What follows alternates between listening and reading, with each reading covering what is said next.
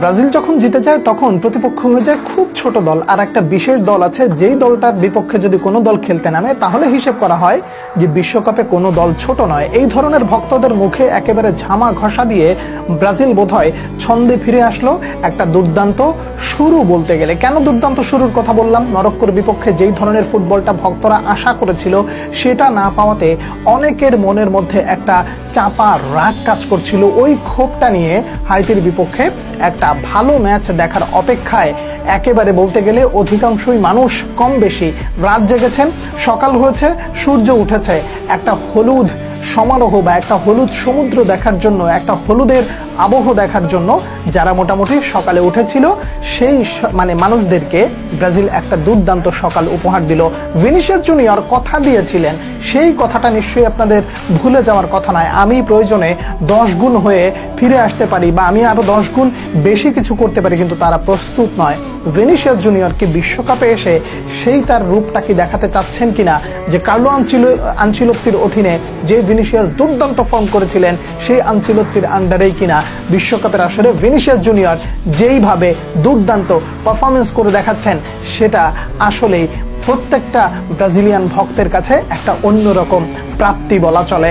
Vinicius জুনিয়রকে main man করাটা Carlo আনচিলত্তির কি ভুল ছিল? মোটেও তা নয়। তিনি যে সঠিক সিদ্ধান্তটা নিয়েছিলেন ভিনিসিয়াস জুনিয়রকে মেইন ম্যান করে, সেটা অবশ্যই একটা ভালো দিক বলতে পারেন। হাইতির বিপক্ষে ব্রাজিলের এই ম্যাচটা নিয়ে অনেক কিছু আলোচনার আছে এবং সব যদি একসাথে করি তাহলে ভিডিওটা অনেক বড় হয়ে যাবে।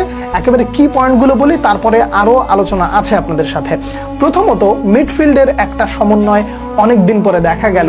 ক্যাসিমিরোর কাছ থেকে যে ধরনের পারফরমেন্স সবাই আশা করে, টিপিক্যাল ক্যাসিমিরো প্রতিপক্ষের অ্যাটাককে শেষ করে ফেলবেন এবং যখন তিনি নিজের কাছে বল রাখবেন, খেলাটাকে কিছুটা কন্ট্রোল করার চেষ্টা করে প্রতিপক্ষ যখন বল নিয়ে সামনের দিকে এগোতে যাবে তাদের সামনে এসে দেয়াল হয়ে দাঁড়াবেন এবং প্রতিপক্ষের স্ট্রাইকারদেরকে ডিস্ট্রয় করে দেবেন। সেই ক্যাসিমিরো ইজ ব্যাক। প্রথম ম্যাচে যার কাছে খুব বেশি একটা প্রত্যাশা থাকলেও অনেক কিছু দেখাতে পারেন নাই তিনি, শেষ দ্বিতীয় ম্যাচে এসে হাইতির বিপক্ষে ক্যাসিমিরো ঠিকঠাক ক্লিক করেছেন। ব্রুনো গিমারাইজের সাথে একটা পারফেক্ট মিশেল অবশেষে দেখা গেল। তবে এই জায়গায় একটা হিডেন ম্যান থেকে গেছে, সেই ব্যক্তিকে নিয়ে বোধহয় খুব বেশি আলোচনা এই মুহূর্তে নাও হতে পারে। সেই হিডেন ম্যানটাকে আমি যদি আপনাকে প্রশ্ন করি তাহলে আপনি সে উত্তরটা নিশ্চয়ই খুঁজে পেতে পারেন। আমি উত্তরটার জন্য অপেক্ষা করছি। এরপরে চলে আসেন ফরওয়ার্ড লাইনে ম্যাথিউস কুনহার ইনক্লুশন। কি করবেন তিনি? নাম্বার 9 কে হবেন ব্রাজিলের? এই প্রশ্নের উত্তরটা বোধহয় ম্যাথিউস কুনহা দিয়ে দিলেন। সেই ম্যানচেস্টার ইউনাইটেডে দুর্দান্ত ছুটে চলা, যখন প্রয়োজন সেন্টার ফরওয়ার্ড, যখন প্রয়োজন অ্যাটাকিং মিডফিল্ডার, যখন প্রয়োজন রাইট সাইড দিয়ে কাটব্যাক করে ভেতরে ঢুকে গিয়ে সুন্দর সুন্দর অ্যাসিস্ট, সেই ম্যাথিউস কুনহাকে বোধহয় অবশেষে দেখা গেল।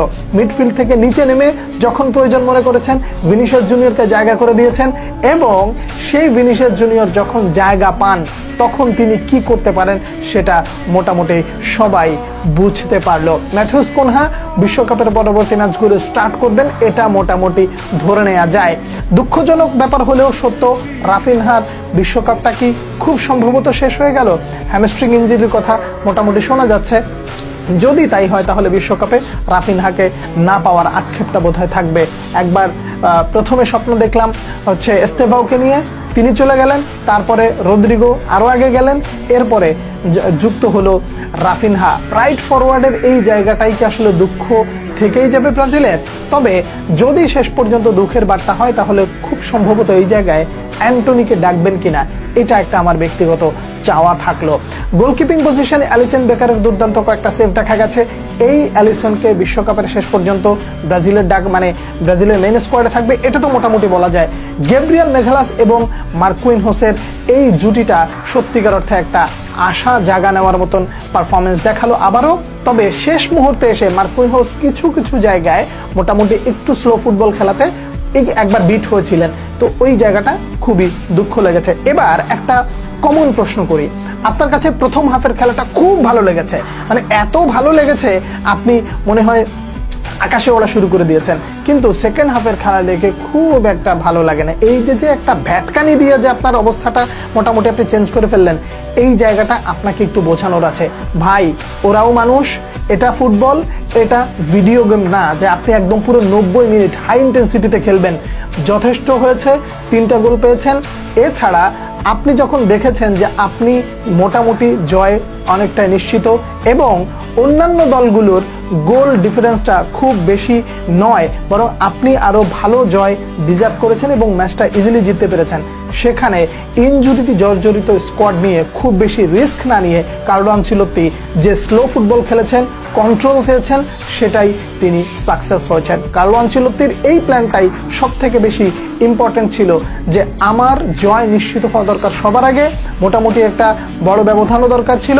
একই সাথে আপনি যখন দেখবেন যে আপনার দলে ইনজুরি প্রবণতা রয়েছে, সেই সময় আপনি খুব বেশি প্রেসার নিয়ে খেলবেন না।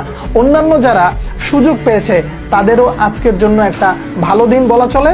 দিন শেষে ব্রাজিলের কাছ থেকে যেই ধরনের পারফরমেন্স প্রত্যেকেই আশা করে, সেই ধরনের পারফরমেন্স দিয়ে ভক্তদেরকে হৃদয় জিতে নিল ব্রাজিল। একই সাথে বলতে হয়, শুরুতে যেটা বলেছিলাম, ব্রাজিলের পক্ষে আসলে সবাই হয়ে যায় ছোট দল, আর আপনাদের বিপক্ষে যখন আসে তখন হয়ে যায় বিশ্বকাপে ছোট দল বলতে কোনো কথা নাই। এই যে আপনারা রূপ বদলান, আপনাদের এই রূপ বদলানোর খাসলাতটা খুব দ্রুত শেষ করা উচিত এবং নিজেদের স্বকীয়তা বিল্ড আপের জন্য মানসিকতায় অনেকটা পরিবর্তন আনা উচিত বলে মনে করি।